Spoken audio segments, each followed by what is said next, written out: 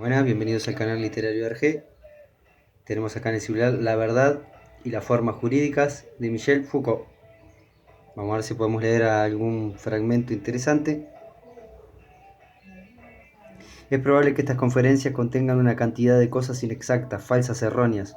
Prefiero ponerlas pues a título de hipótesis para un trabajo futuro. Por esta razón pediría la indulgencia de ustedes y quizá también su maldad. Quiero decir, mucho me gustaría que al final de cada conferencia me pusiesen sus dudas, hicieran preguntas y me comunicaran sus críticas y objeciones para que en la medida de mis posibilidades y atendiéndonos a que mi espíritu no es todavía demasiado rígido, pueda adaptarme poco a poco a ellas. De ser así, podremos finalizar estas 5 conferencias con la confianza de haber realizado en conjunto un trabajo o eventualmente un progreso. La de hoy es una reflexión metodológica para introducir este problema que bajo el título de la verdad y las formas jurídicas puede parecer un tanto enigmático. Trataré de presentarles una cuestión que es en realidad el punto de convergencia de 3 o 4 series de investigaciones existentes ya exploradas, ya inventariadas, para conformarlas y reunirlas en una especie de investigación, si no original, al menos renovadora. En primer lugar, se trata de una investigación estrictamente histórica, o sea, cómo se formaron dominios de saber a partir de las prácticas sociales.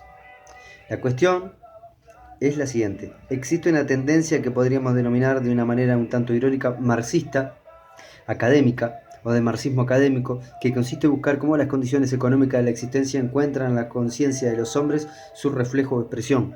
Creo que esta forma del análisis tradicional en el marxismo universitario de Francia y de Europa en general tiene un defecto muy grave, el de suponer en el fondo que el sujeto humano, el sujeto del conocimiento, las mismas formas del conocimiento se dan en cierto modo previas y definitivamente, y que las condiciones económicas, sociales y políticas de la existencia no hacen sino depositarse o imprimirse en este sujeto que se da de manera definitiva.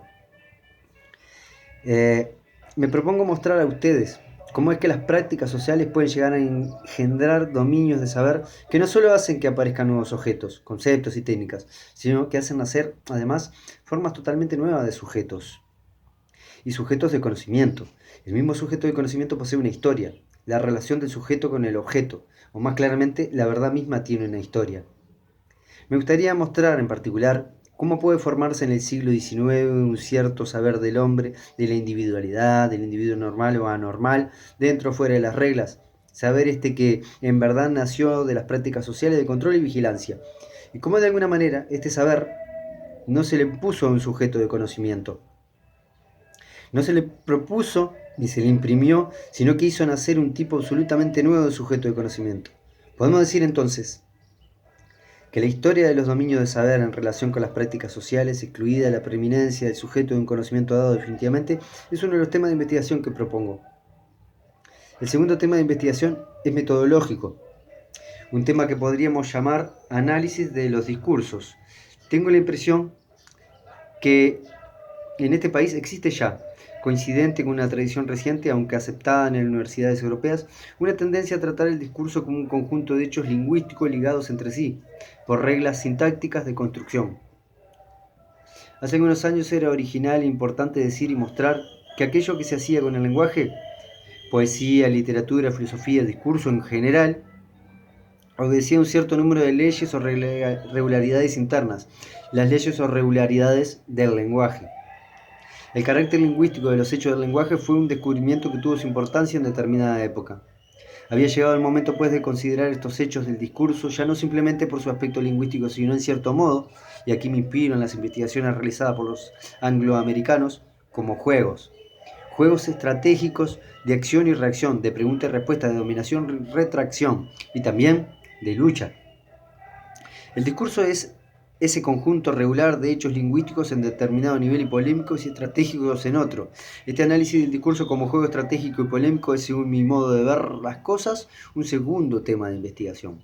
Por último, el tercer tema de investigación que propongo a ustedes y que definirá por su encuentro con los dos primeros el punto de convergencia en que me sitúo consistiría en reelaborar de la teoría del sujeto. Esta teoría fue profundamente modificada y renovada en los últimos años por unas teorías o más recientemente unas prácticas, entre las que cabe destacar con toda claridad el psicoanálisis, que se coloca en su primer plano. El psicoanálisis fue ciertamente la práctica y la teoría que replanteó de la manera más fundamental la prioridad conferida al sujeto que se estableció en el pensamiento occidental a partir de Descartes. A ver, hace 2 o 3 siglos la filosofía occidental postulaba explícita o implícitamente el sujeto como fundamento, como núcleo central de todo conocimiento, como aquello en que solo se revelaba la libertad, sino que podía ser eclosión la verdad. Ahora bien, creo que el psicoanálisis pone enfáticamente en cuestión esta posición absoluta del sujeto. Pero a pesar de que esto es cierto con respecto al psicoanálisis, en compensación, en el dominio de lo que podríamos llamar teoría del conocimiento o en el de la epistemología, la historia de las ciencias o incluso el de la historia de las ideas, creo que la teoría del sujeto sigue siendo todavía muy filosófica, muy cartesiana o kantiana. Aclaro que en el nivel de generalidad en que me coloco no hago por el momento diferencia alguna entre concepciones cartesianas y kantianas. Ay, ay, ay. Actualmente, cuando se hace historia de las ideas, del conocimiento o simplemente historia, nos atenemos a este sujeto de conocimiento de la representación como punto de origen a partir del cual es posible el conocimiento de la verdad.